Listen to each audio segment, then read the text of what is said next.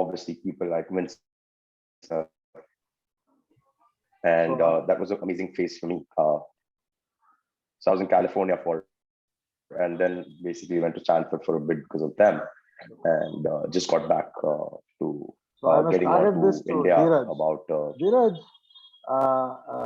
little information. See, IIT Alumni Center also admits people from ISB, and we've had what should I say, a flurry of people from ISB who've joined us.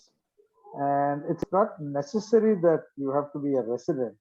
In fact, if you are a non-resident, you have some extra benefits. There are quite a few people from Bangalore and Hyderabad who've joined us.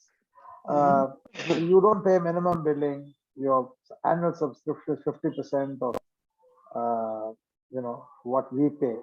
So it's an additional incentive for you to consider joining, because what we offer is totally different from. We don't call ourselves a club. We call ourselves, as the name suggests, Alumni Industry Interaction Center. We do the academia industry connect, and we specialize in that. Every club has its DNA. If you take Bangalore club has its DNA. Bowring has its DNA. So we have, our DNA is to foster this connect between industry and academia, and give a platform for people to network and also use the club. So it's kind of dual, and in the bargain, you are exposed to a very nice ambience. And I'm really proud to say that we have a fairly who's who of the corporate world who are members. Just to name a few, Santanam is the Managing Director Asia Pacific for Saint Gobain. Anand, who's been in the loop, is the #2 in TCS, he's the CTO. Then you have Naveen, who is the MD of McKinsey. Ramesh is a senior partner in McKinsey. We have quite a few, and I'm not saying we are nerds. Lakshmi, who is the Chairman Emeritus of Cognizant, he's another member. So we have representatives from IISc, ISB, IIT, IIM. Ravi Santanam is a coach par excellence. So it's a reasonably eclectic mix of people who come from various walks of life and various backgrounds. So it's not just a marketing bit, but I'm stating quite honestly who we are. What we do, particularly what we started during the pandemic, is a series of webinars every Saturday. I mean, this is an exception because I think Tushar was traveling, or one was supposed Christmas Eve. The other is, I think one of you is traveling tomorrow. Is that right? So which is why we are having this today and not tomorrow or Saturday. Otherwise, every Saturday 6:30 we have this, and it covers different subjects ranging from startups. Usually the last Saturday is reserved for startups. Otherwise, we have fitness, we have managing finances, we have bridge, we have voice of excellence, we have industry speakers, we have faculty professors who are speaking. So subjects can be, we have music with a difference, II tunes. So it's kind of, we cover almost all segments, so that it is not fair to expect everybody to attend every webinar, because interests vary. So we are quite conscious of that fact. So this is the kind of setup we have.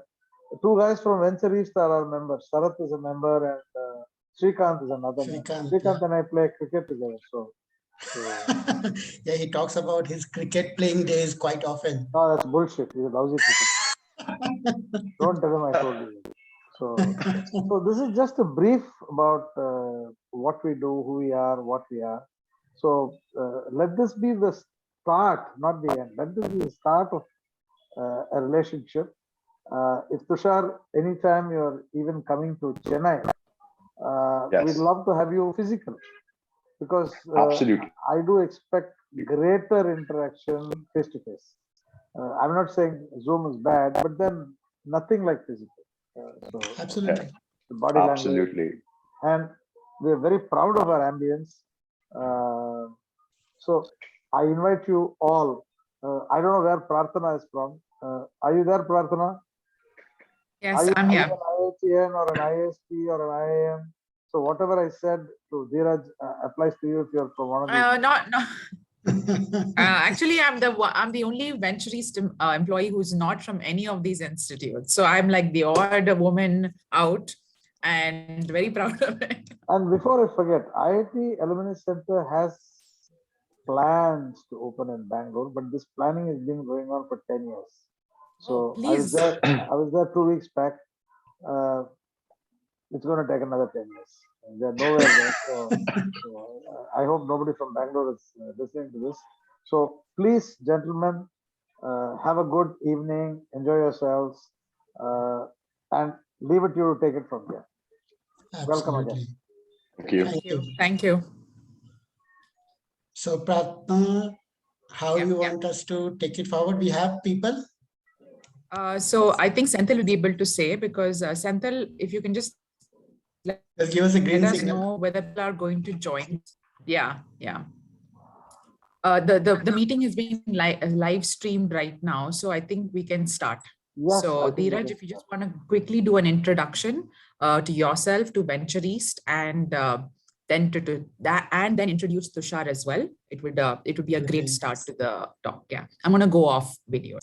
All right, thank you, Pratna. Thank you, Mr. Yadav, for having us here, and very good evening to everybody. Thank you so much for joining us from wherever you are joining us, especially just a day before the eve of Christmas. Means a lot that you are here to listen to us, what we have to say, and especially the Tushar, a phenomenal leader and the founder, to hear about his journey and some of the accomplishment and challenges that he has had and faced so far, and how he's building a great team. I'll take a minute to talk about myself and Venture East. Venture East, some of you might know that it's one of the oldest homegrown VC fund in India. If our history goes back to 1997, so it's almost 24 years since we have been investing in Indian startup ecosystems, and we have seen it evolve. Today, we have around $325 million asset under management. We had two different theses to invest into two different kind of businesses, startups. One was mostly focused on renewable energy, life sciences, medical devices, and so on and so forth. And the other one was more into underserved markets where technology could be a differentiator, either in building a product or delivering a services, creating a new experiences for the user. So we have raised so far 6 funds. Primarily, we are Series A kind of investors. We have written checks starting from 200, 300K all the way to $2-3 million. As a first check that we write at the stage we come in generally into a startup. Our investments range across number of verticals: fintech, enterprise tech, including SaaS, ed tech, consumer internet, health tech, certainly, and so on and so forth. So currently we are primarily based in out of Bangalore. We also have a small presence in Hyderabad. I'm based out of Bangalore, and I actually part of the technology side of the funds, investing into different technology-led plays in the ecosystem. My name is Dhiraj Gupta, and I'm the principal here. I look after primarily investment into enterprise and deep tech, including SaaS. However, I had also invested into consumer internet as well as fintech companies. So that's a very little bit about the Venture East. I belong to and myself, and allow me to introduce a good friend now, and today's guest, Tushar Chabbra. Tushar is dialing in from Mumbai. He's visiting a client come partner in Mumbai, and he very gracefully agreed to do it. He's sitting out of some different office. I don't know where he's dialing really from to take this. Tushar has this is a phenomenal journey, and I will let him talk about it. But briefly, he started the professional career with Google. That's Google's next billion project. as a part of which he actually went to California, spent quite some time leading that project. He was the first one to join from India, of one among the few who joined from India and been part of that very prestigious project. Post which actually he realized that he wanted to do something on his own. He came back to India and started a startup called Chanakya Niti. And you will love to hear that Chanakya Niti was actually working with regional and national political parties to help them mine a lot of data, craft a strategy to win votes and reach out to the people. After he has done it enough number of times with a lot of these political parties, he realized that his heart actually lies in technology, and that's when he actually founded Cron Systems back in 2016. And back in time, he was mostly working with Indian Armed Forces to create a strong security-led products fencing Indian borders, from where he actually has now moved on to build a product which actually enables fast-moving vehicles, autonomous system like drones, cars, robots to actually see and perceive the world as the human does. So with this, welcome again, Tushar, and thank you very much for joining us. Thank you, Dhiraj. Thank you so much for such a nice introduction. In fact, I think it's always great to hear it coming from one of your investors. So guys, thank you so much for having me over. I'm Tushar Chabbra. I'm the founder and CEO at Cron Systems, also known as Cron AI now. And we're building one of the most advanced deep learning and AI-based 3D data perception platform for 3D sensing, next generation of 3D sensing technologies, ranging from LiDARs to radars, high definition radars, to time of flight cameras. We've been, as mentioned, been in existence since 2016. We are backed by some of the leading funds in India and globally, which include Jonas Venture Capital, Venture East, Kitaki Ventures, and accelerated by top global companies ranging from Intel, Cisco, and all the way to Techstars. So that's a quick introduction about me. I started off my journey, much like a lot of you people, in KGP more than a decade ago. But in my third year, we took one of the first drones from India. I don't know if you know the story, but KGP made one of the first drones out of India. And now it's a pretty big club. We used to make cars and drones. I'm sure you guys are also into the same bar and Lockheed events. We went there and I met this gentleman called Windsurf there, who was the founder and one of the key people, chief evangelist at Alphabet. And I was lucky enough to get hired at Google, or rather Alphabet, for finding and recognizing the next billion people onto the internet. And after that, I think Dhiraj has given a quite a good introduction about my journey so far. So thank you so much. Great. So just picking up from where you left off, tell us a little bit about this Next Billion project and what excited you so much that you decided to join it, and what was the high point for you while working with Google and this particular prestigious project? Sure. So I think the next generation is pretty well informed, well read. And the first time I met Windsurf, and he asked me, son, do you know who I am? And my answer was no. I actually did not know who Windsurf was. So I asked one of my classmates, who's pretty senior in Airbnb, batchmates, who's pretty senior in Airbnb now. He went to IMA right after KGP, and I asked him, hey, do you have any clue who this old man is? And he said no. So none of us actually knew who he was. So after knowing that I'm talking to the man who invented the internet, I think that was one of the highest points for me.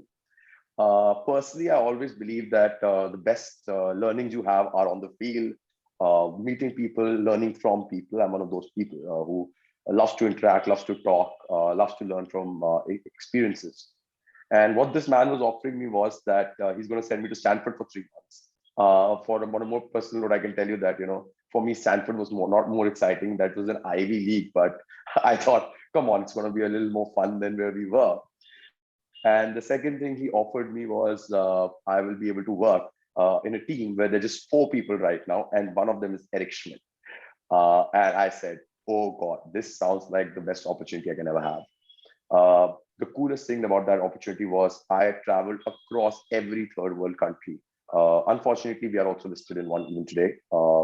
So even though my headquarters were not even Mountain View, but the San Francisco office, Google flew me across the world, playing from parts of Africa to every remote region in India to understand what the next billion people will do on the internet and how we can use internet for education and businesses across the third world. So that's what my Google experience was in a nutshell. And please let me tell you this, everybody who's telling you Google is all about free parathas and beer, it is not. It is a pretty stressful work environment as well. Wow, working with somebody who is considered to be the founder of internet, flying around the country, world. Wow, that's a phenomenal learning. So from there, let me ask you, because you are one of the deep tech startups in India. And I think while we were doing the diligence, I couldn't find a parallel even remotely in India, which is actually developing something which you are developing today. Actually, very few, even in entire Asia, ex China.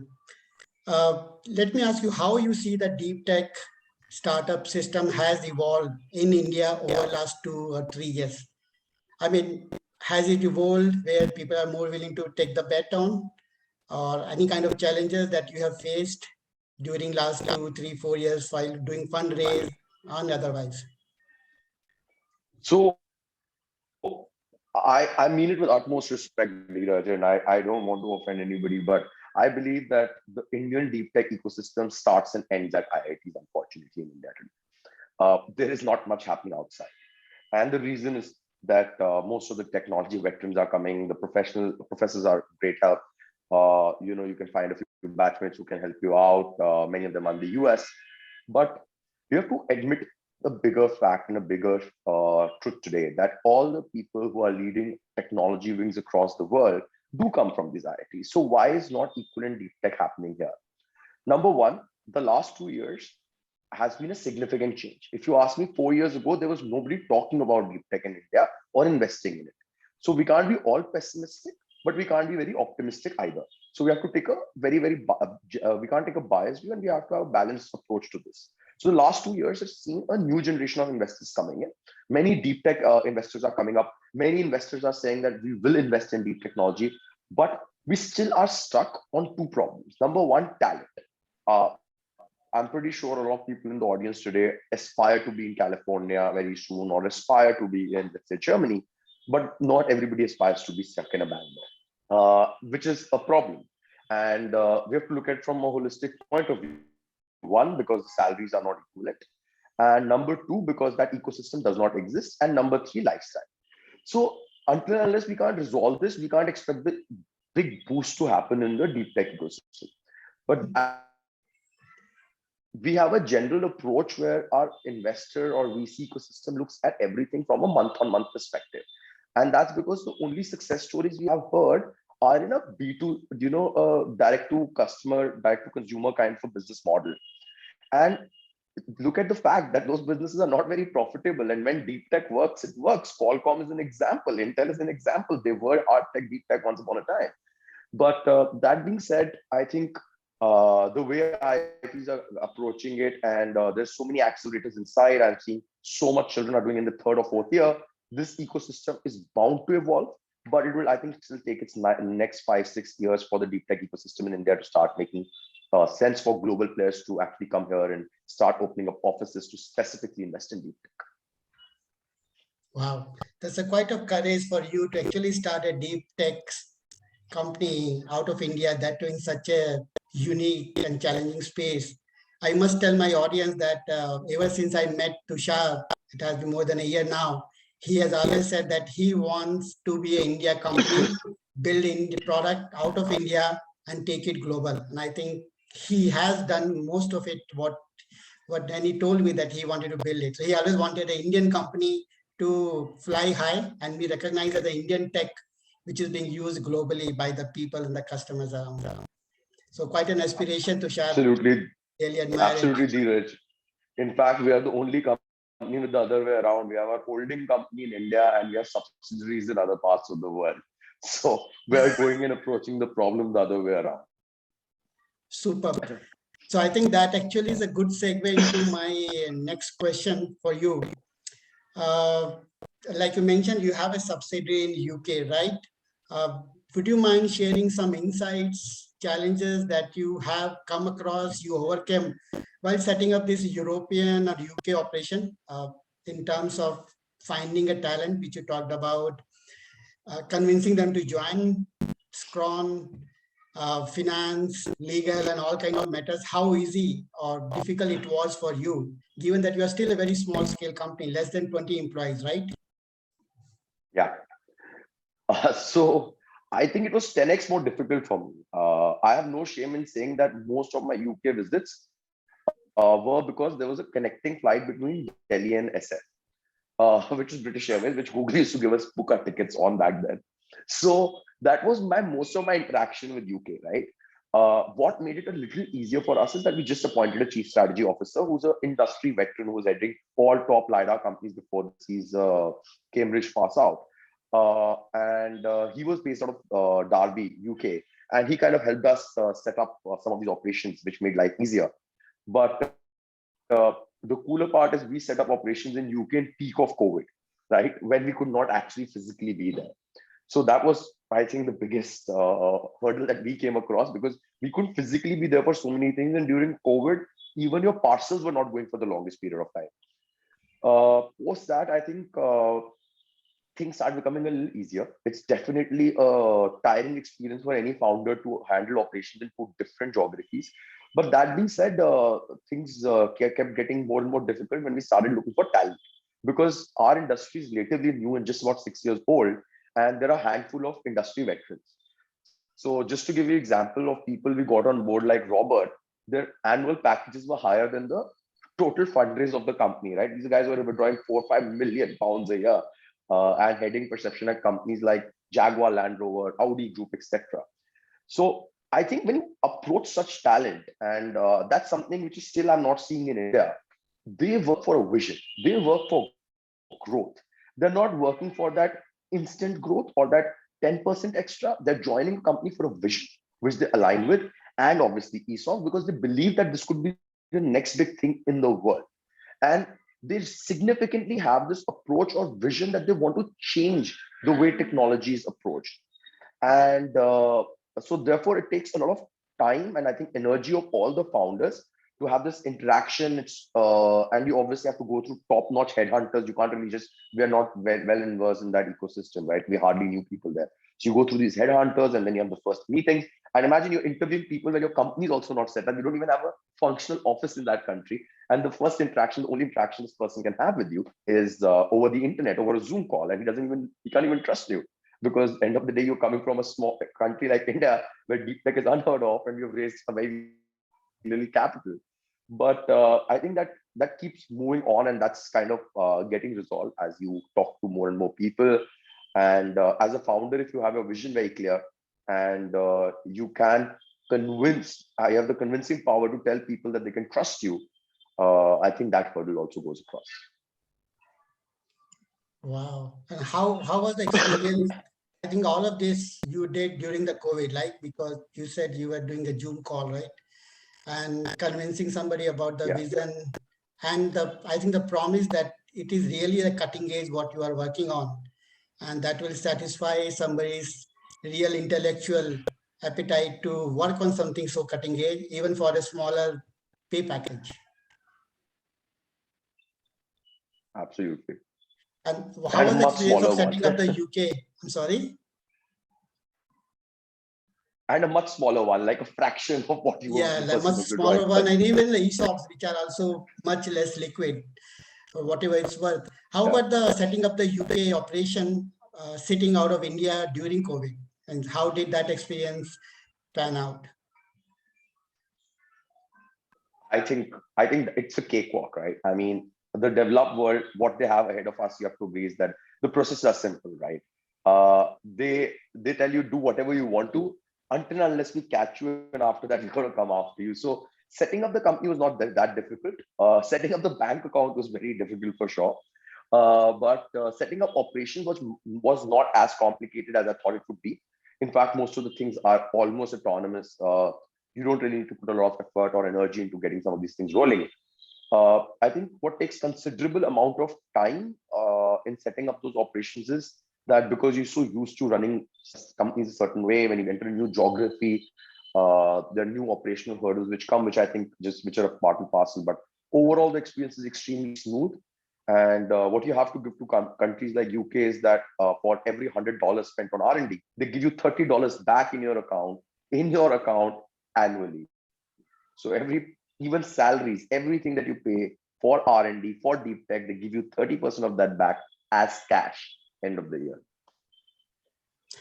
Wow. And I think that's not the case in India, right? We do have so many programs being announced and run by the government, state governments, but probably nobody gives you back 30% in cash of what you spend on R&D, salaries, and so on and so forth, right? I think hopefully that would change soon. I'm not sure if you saw my social media. I was lucky enough to meet the PMO and some of the people a couple of weeks back. And after that, there was another event where some of our other investors were interacting with them. And I think significantly for IP generation, Indian government will announce some very interesting opportunities and very interesting offers to generate IP in India. And I don't think that'll take too much time. We should see something around that in the coming financial years. But yes, as of today, nothing like that exists. Oh, that's great, actually. That's great. We have heard about the PLI schemes and all, which are actually more upstream. But I think we need to have talents and these kind of incentives. Great. So I think I have two questions here on the same aspects, India, UK, cross-border setting of operations and all. Even your partners and customers, Tushar, they are also a large multinational companies.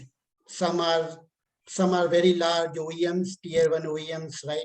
Multi-billion dollar, and some are newest companies which are also very large behemoth in themselves in terms of their vision and the capital they have raised. How was it for you? How did you manage really to actually reach out to them, work with them, convince them, do a POC or whatever, and probably convert them as your partner and customers, all of it sitting out of India? How did you crack? What's the secret sauce behind it? So I think as the world is progressing and COVID has taught us all the more that the world is a very small place, right? And as time is progressing, we are more and more connected. It's getting so much easier to reach out to people. I think the coolest thing is we just put in a message on LinkedIn and mostly people reply. That being said, I think the most important part, if you're building in India specifically, or unfortunately, and you want to approach a global market, or you want to reach out to a global market, you have to keep a few things in mind, right? Number one, stop hindering over pricing, right? Start focusing on the real problem that they have. And that's where I feel that a lot of my people that we hired in India and a lot of our team members struggled to solve that problem, where they're so busy negotiating or telling them how we're cheaper, they do not tell them how we're better. And that's where I think a lot of our Japanese customers or our Japanese clients have become my aspiration, where they first of all talk for weeks and weeks with you and ask the right questions from you so that you explain your problem to them. And once you've explained your problem to them, which is so precise that it is only addressing the big bottleneck you have hit. So instead of talking about the whole world to you and the multi-million dollars, etc., that you're cheaper, you focus on the problem, the bottleneck, which is stopping them from succeeding. And this can only come from two things. Number one is market intelligence. And number two is interacting with the customer and asking the customer the right questions. Unless you can do that, you cannot work as a small few $1 million company with a market cap of $5 billion, right? For that to happen, or to crack that deal within a period of 3 months, 2 months, 6 months, and a long-term deal, you have to understand that that customer is not looking for something which is 2% cheaper. He's looking for something which is 100% better and 100% solving his problem. So that's been our secret sauce. We just talk. We talk to people, we ask them their problem. Okay, so let me understand. So what you are saying is, don't tell them how you are cheaper, tell them how you are better, right? And that's a very big change in terms of how you address it. And I think you do it by two things. One is gathering market intelligence, And second, probably asking right questions to the customers, right? Absolutely. I think if you ask the customers the right questions, they're more than happy to answer anything. How do you, maybe one key thing that you did to gather this market intelligence about maybe how your competitors are not doing as great as customer wanted them to be, or any other aspect of market intelligence, and something that you did enjoy doing while gathering the intelligence? Yeah, I just basically take my, I meet my, I mean, before COVID, at least we used to just catch up with our customers. We said, hey, let's not discuss business. Let's talk. And I used to sit on internet for hours and hours and figure out what projects they've done, how those projects are going, maybe talk to their end customer, because we're a B2B company, we're a platform, we don't ever serve end customer on our own. We just did market surveys, we talked to the end customer, we went to the field with the end customer, and more we interacted with these people, we had the right questions we wanted to ask. I feel most of the time people do not even have the right, they don't even know the questions that they want to ask the customer. And if you can make a customer a good friend, there is nothing like that according to me. According to me, you can't do anything better. And unfortunately, you can't really do that in a a D2C kind of a business model. But in our business model, it's super simple and super successful as a secret sauce. Fantastic. Like I said, two aspects. The second one would be, I think, the employees. Now you have employees based out of India and as well as in UK, right? What's your Yeah. idea of building a great team when you have people? And this is very important for a small startup, right? Where every single person is like a 5% of your 6%, 7% of employee strength and contributing. Yeah. How do you manage the talent in India? I'm sure the talent, you have hired talent in UK, but you would be hiring talent in India. So where do you see this talent pool being available in India? Is there a particular city that you prefer? Sorry, there are a couple of questions, but just trying to understand how you find talent, how you motivate them, how you build a great team. Yeah. So we always, so our interview round is always 3-4, right? My co-founder Saurav is a really great judge of people. And I think we're two kind of very, the yin and yang combination, as you call it. And I feel that I've seen a lot of success stories, but I feel having co-founders is the best thing. It's the best blessing in the world because you have two different perspectives. So we never hire people in one go, right? We're very slow in our approach. We believe we don't hire to fire. So until unless there's something drastically wrong, we do not let go of people in our company. Now, that being said, at least on the very junior scale, we have struggled in India to have people who wanted to stay because you have people jump, the very junior engineers try to jump very quickly, whereas the senior management sticks around for either 1.5 to 2 years. Now compare it off to our partners, people in the UK, where the gestation period, people stick to a company for 4 to 5 years in general. Now, so when we hire, we first of all, I sort of interview someone and then I hire, or vice versa. As we communicate more and more with these people, our focus is we try to understand their core values. And for us, our focus is always on finding people who align with our vision, right? Fortunately, or we've been just lucky that we have had people from great brands and great reputation join us, but that's never been the intention. In fact, as a company policy, we don't even look at resumes before the first call because we believe that biases you, right? The minute I hear that you are from IIT Madras or IIT Kharagpur, I generally have a liking or a bias towards you. And I don't want to do that because biases are the mother of all problems. So that being said, we never ever get into an interaction or an interview with an employee looking at the resume or looking at the background. And we rather like to know people better. And since you have met most of my team members, you can agree with me and that all these people are industry veterans. And since our approach is like that, we also approach us the same way. And we're a small family, right? At a startup, you're a small family. You party together, you drink together, you eat together, everything is together, right? And therefore, it's all the more critical to maintain that work culture. Wow. Yeah, I had the fortune of attending one of your town hall meetings, and I think I felt different type of warmth there and humility and camaraderie between the very junior people with 2 years of experience versus somebody who has a 30 years of experience. So yeah, At least that I could sense it. And I think that goes back to the value or the culture that you are trying to build, Tushar. Fantastic. So now let me ask you some softies, some easier questions, something which I enjoy asking. Sure. Okay, so what's the best part of being an entrepreneur and maybe the worst part as well? Yeah, so I think there is no better journey than being an entrepreneur, right? I've worked in some of the best companies in the world. I can tell you this, that there is no better experience than being an entrepreneur. It's you get to solve problems that other people don't even know exist. You get to at times take drastic but decisions that you know are right, whereas most of the world would not even understand them. You get to meet a lot of people, you interact with a lot of people, and you grow a lot as an individual. As Spider-Man says, with great power comes great responsibility. So once you're a founder, you also start becoming you mature up, you grow a decade or 2 decades within a few years, and you build a family around you, and more people you meet, more experiences they share, and then you're fortunate enough to be at such events where you maybe after this I'll interact with more of you. So that's, I think, some of the great parts. Better parts of being an entrepreneur is that if you strike it right, you could become very, very rich. We have a lot of IIT listeners who can prove that. So that's another great thing. I mean, let's not kid each other, right? That definitely matters. We all aspire to be there. Uh, You make a lot and of money for your then investor as well, comes right? absolutely. I think that goes without saying. I think the shareholder agreement makes sure of that.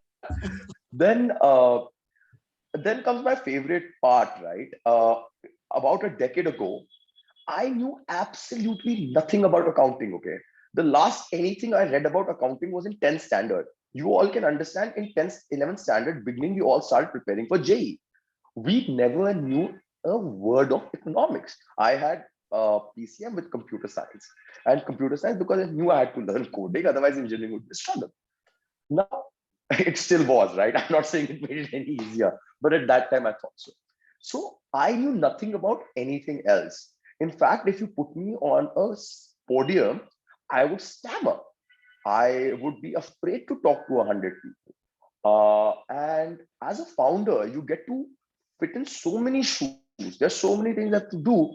I can properly audit balance sheets now. I can properly make Excel sheets now with projections for over 4 years. I know what a P&L looks like. I understand contracts. I can read a SHA back while sleeping. I understand these terms. And I can bet my life that most of us sitting in a campus would never even have heard of some of these words. And as a founder, you get to experience all these things, get to become all these people. So that same guy who was an engineer and maybe an MBA after that, or whatever your background is now a lawyer. He knows accounting, he knows operations, he just knows it all. And I love that, right? But often that comes at a cost. The CTOs, the happier people are the CTOs because they still can maintain their depth of knowledge. Whereas people who are in the CEO role, CFO role, CSO roles, we generally become a breadth is great for knowledge, but depth is not as significant. So you have to figure out, okay, here's where I want to keep my depth, and breadth you have to have knowledge of everything. Coming to the worst part, I think number one is you have no time.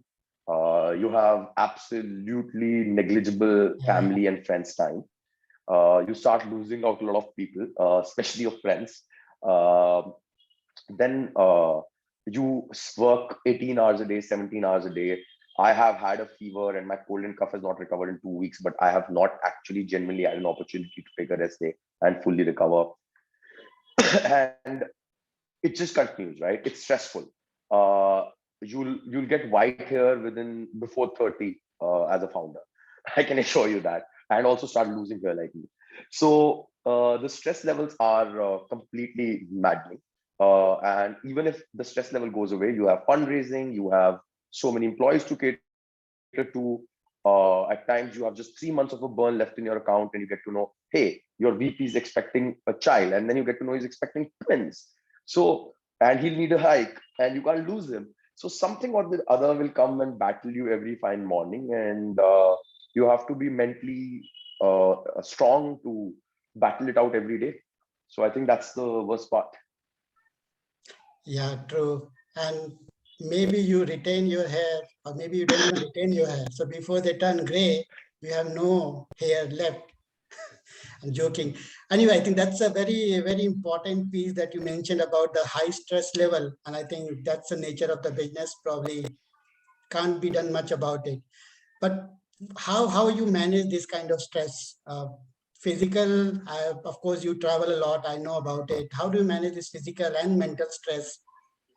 What do you do? See, I think there are 3 points to this, right? We all need outlets. I think every founder you'll meet, everybody you'll meet, they'll all have their outlets.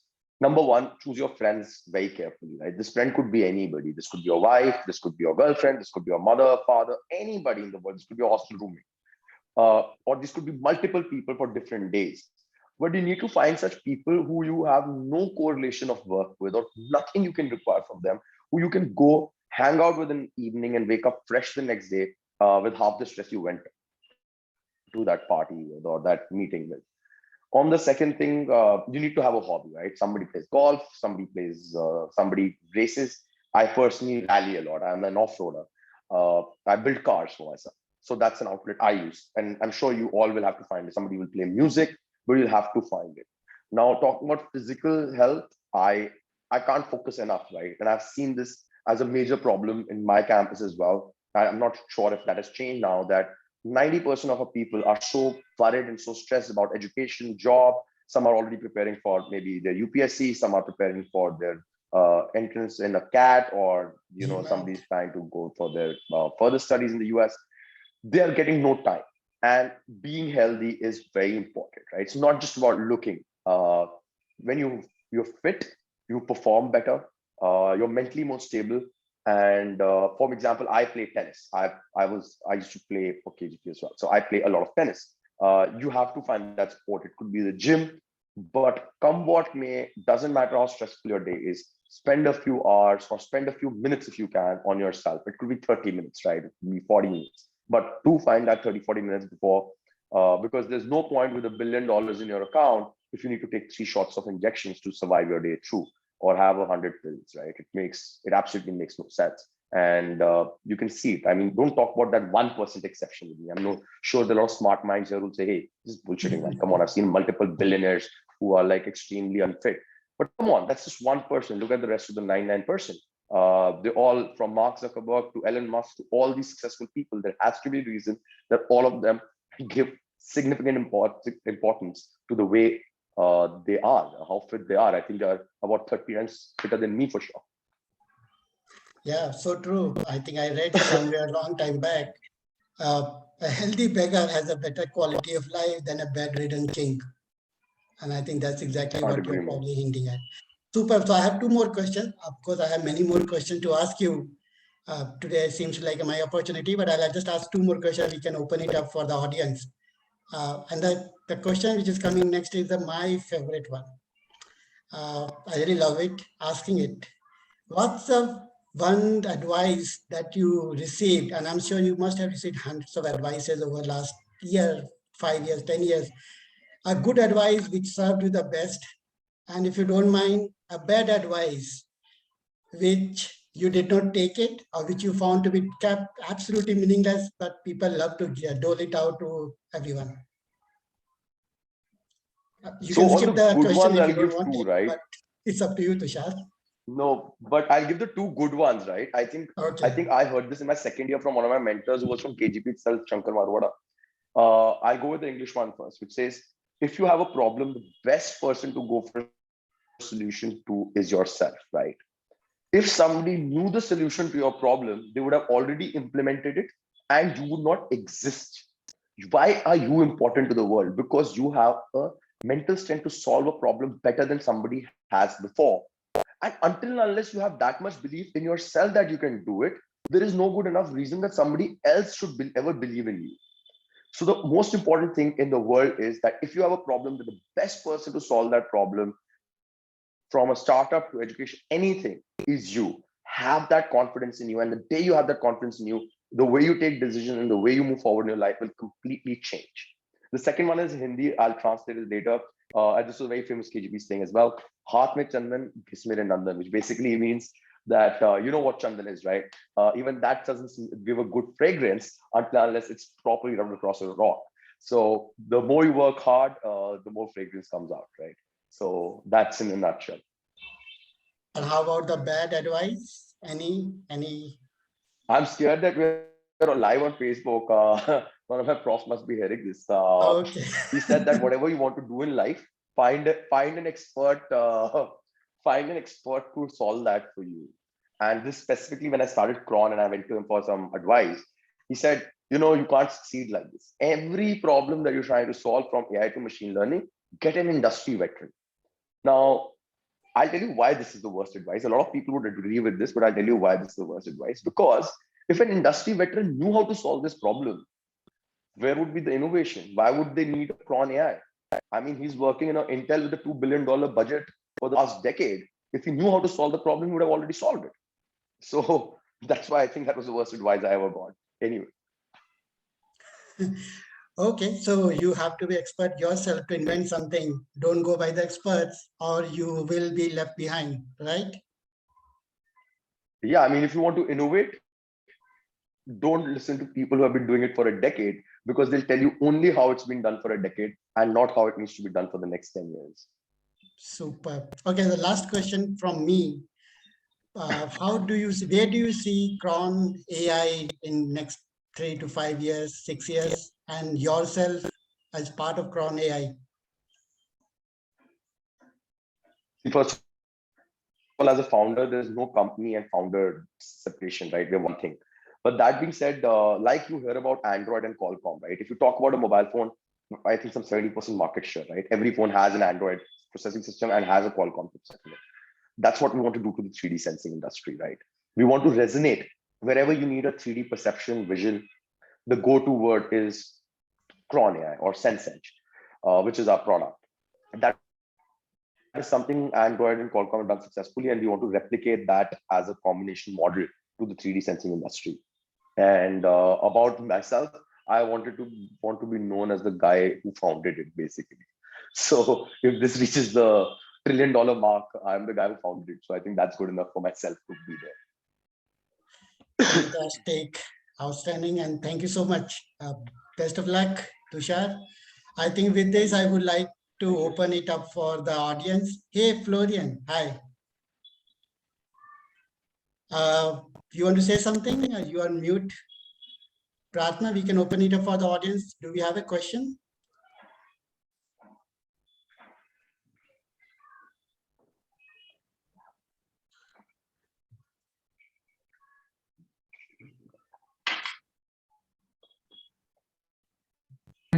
Just one moment. Does anybody have questions who are part of these participants here?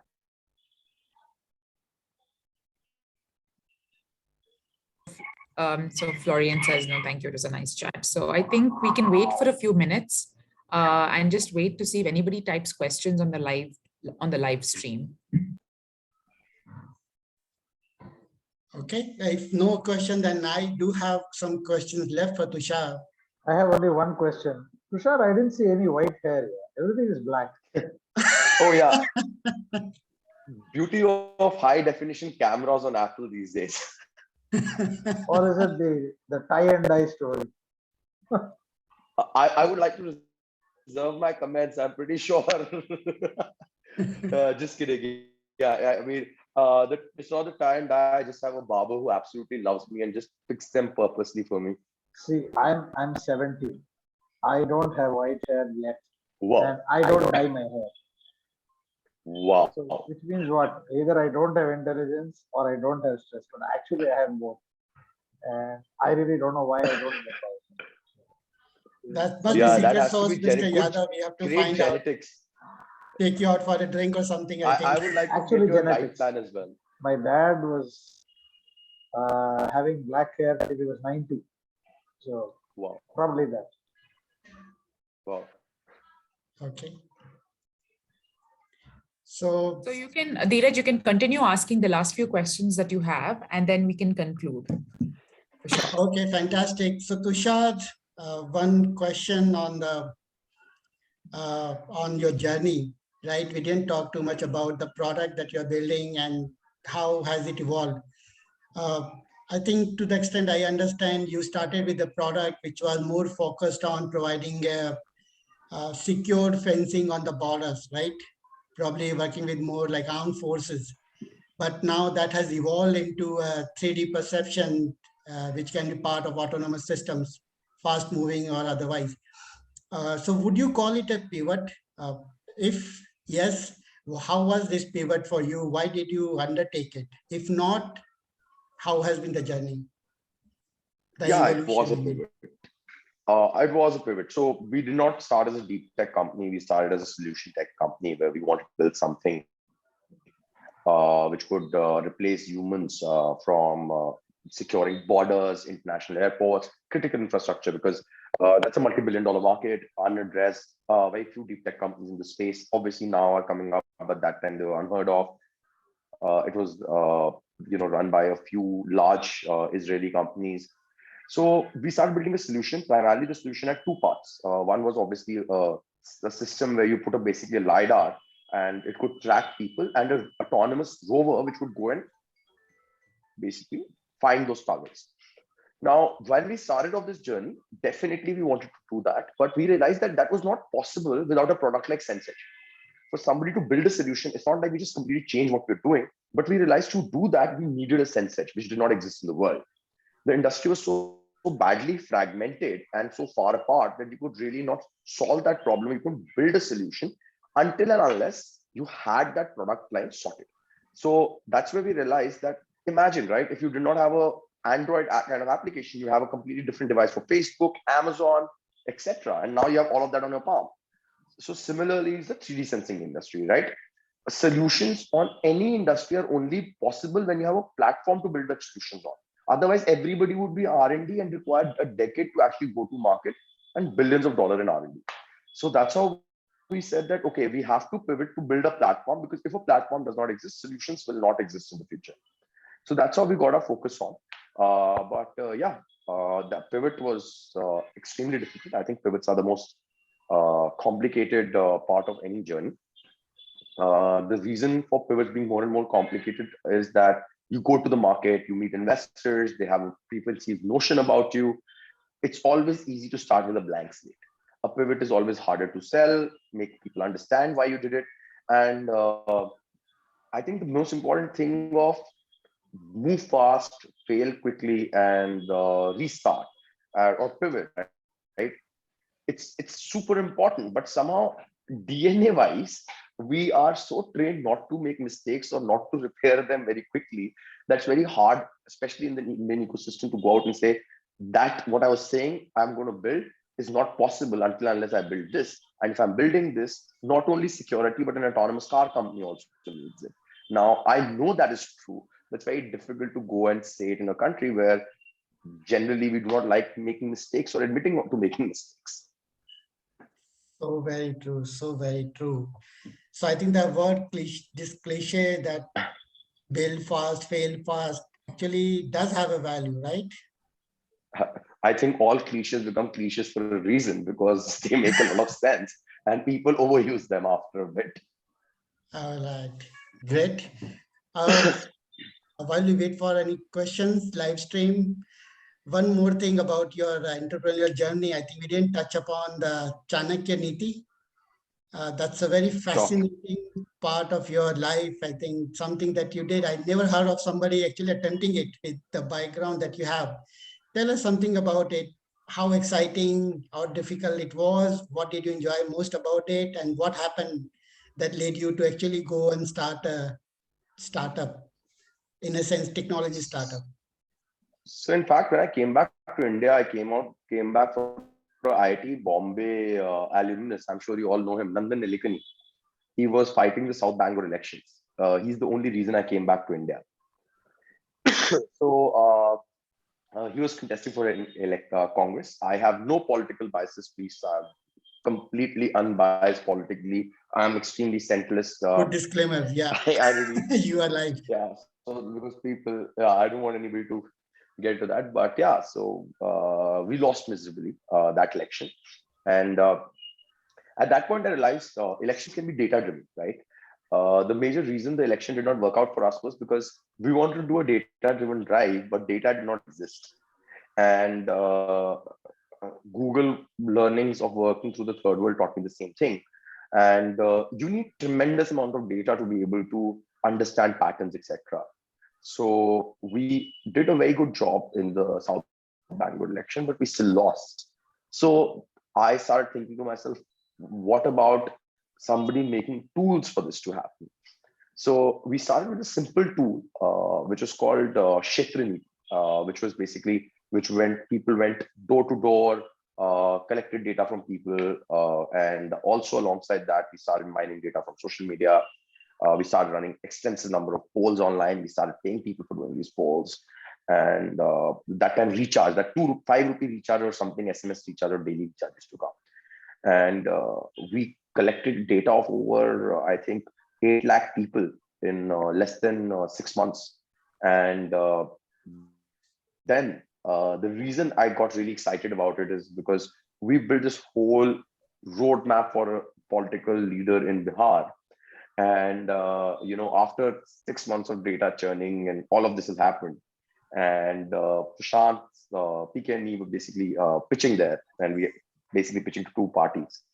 And we go with these patterns, and this politician calls us from somewhere. He was not outside back then. And exactly the results we had come to after 6 months of data churn, that man knew on the back of his mind. And that got us really excited. And we started building tools. We talked to people, we learned from people. And I don't know if you saw the news back then, but Chanakya polls had reached around 95% plus accuracy in predicting voting patterns. So about 3 months before an election, we could tell you if things continue this way, where the votes would be, what people would vote for, based on their income patterns, any data that you had from Aadhaar to PAN card, we could basically tell where you most likely you are to vote. And based on that, we could pinpoint a constituency and margins and stuff like that. But the cooler part we did at Chanakya Niti was we soon became technology partners or strategy partners for leaders like Twitter. We consulted Google. Now as a consultant, we went to work with Google.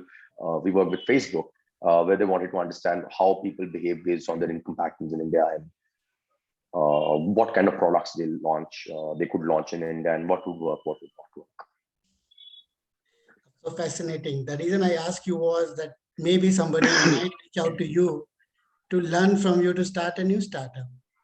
Something that you left can become a new ground for somebody else to play on. Okay, fantastic. And I think iPoll team is still mostly from IIT Bombay and KGP itself. So I'm pretty sure a lot of people, young people in this group are already doing it or who will end up doing it. Okay, fantastic. You can be the mentor. All right, so I think if there are no more questions.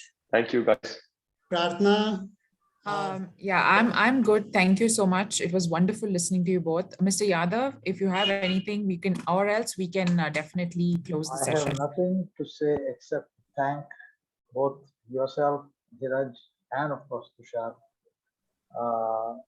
for agreeing to do this at such short notice, with dates clashing, with timings, but still we did a damn good job.